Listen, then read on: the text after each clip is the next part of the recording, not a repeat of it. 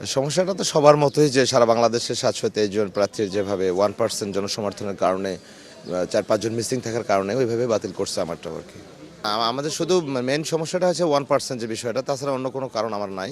এবং এটা আসলে খুব দুঃখজনক একটা ঘটনা যে আমরা যে নির্বাচনে অংশগ্রহণ করতে চাচ্ছি, আমাদের অংশগ্রহণ করার সুযোগ আসলে এটার মধ্য দিয়ে বন্ধ করে দেওয়া হয়েছে আমাদের।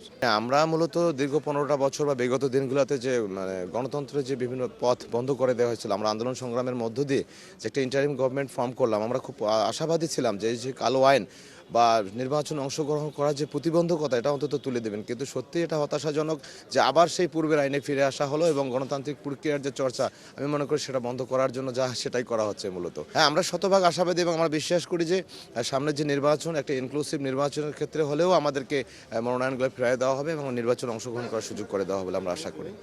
ভোটের পরিবেশ আমার সাথে আমার প্রার্থী আছেন উনি, বা আমি যেটা মনে করি ভোটের পরিবেশ না কোনো ইস্যু হবে না, যেটা আমার পার্সোনাল অবজারভেশন, যে ভোটের পরিবেশ না কিছু, হয়তো বা ভোটটা ঠিকঠাক মতো সুন্দর করেই হবে, কিন্তু সবাই অংশগ্রহণ করুক। গত ৩ তারিখ ইলেকশন, আপনার গত ৩ তারিখে জেলা রিটার্নিং কর্মকর্তা আমার মনোনয়নটি বাতিল করেছে।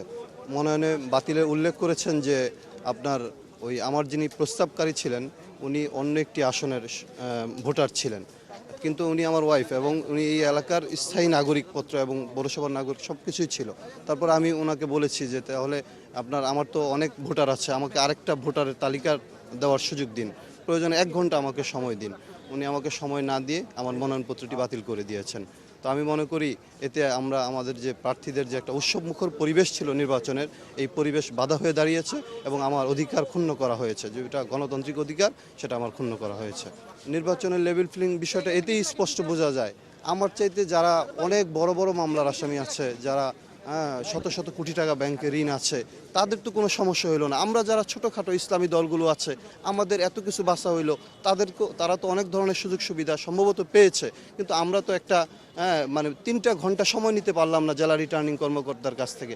এতেই বোঝা যায় যে আমাদের মাঝে আর বড় দলগুলোর মাঝে বৈষম্য শুরু হয়েছে।